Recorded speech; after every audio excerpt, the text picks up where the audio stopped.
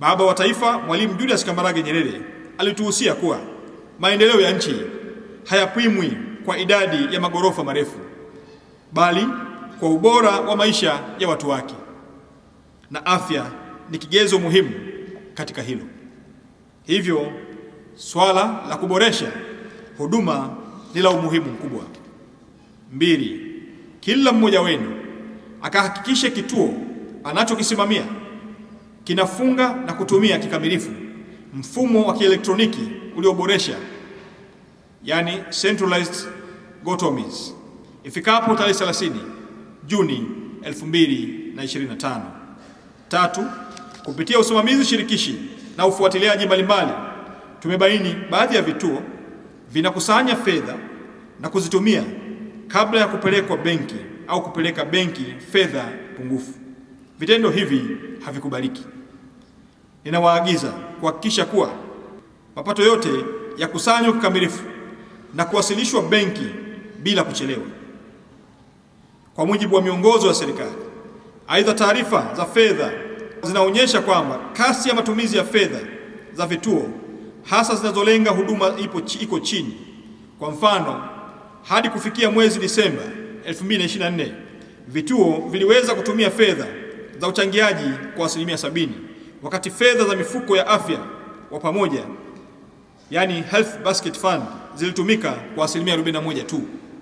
Hii inasababisha fedha nyingi kuvuka mwaka na kusababisha wananchi kukosa huduma kwa wakati.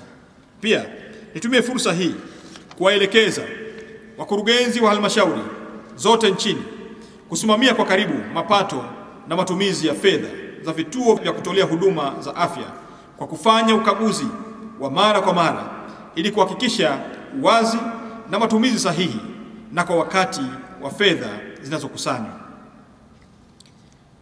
Mkisimamia vizuri mapato haya, vituo vitakuwa na uwezo wa kulipa stahiki za watumishi ipasavyo, kununua bidhaa za afya, kuajiri watumishi wa mkataba, kulipa stahiki nyingine za watumishi ikiwemo posho za masaa ya ziada, posho za kuitwa kazini, malipo ya likizo na uhamisho.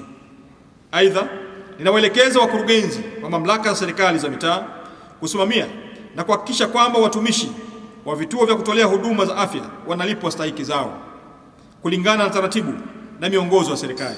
Hii itasaidia kuongeza motisha kwa watumishi wa afya, hivyo kuongeza tija na ubora wa huduma zinazotolewa kwa wananchi. 4.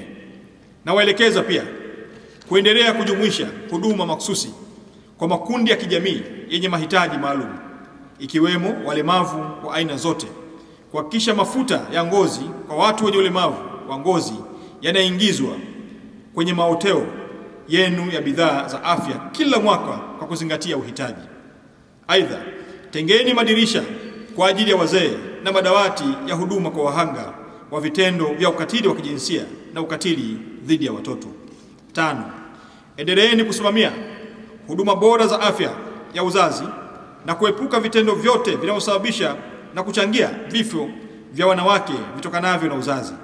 Hakikisheni kuwa vituo mnavyosimamia vinakuwa vya mfano katika kuwahudumia wateja kwa weledi, uzalendo, kwa kuzingatia maadili ya utumishi katika sekta ya afya. 6. Kuchukua hatua kali kwa mganga mfawidhi au mtumishi yoyote ambaye atabainika kusababisha kifo cha mama mjamzito au mtoto mchanga kwa uzembe.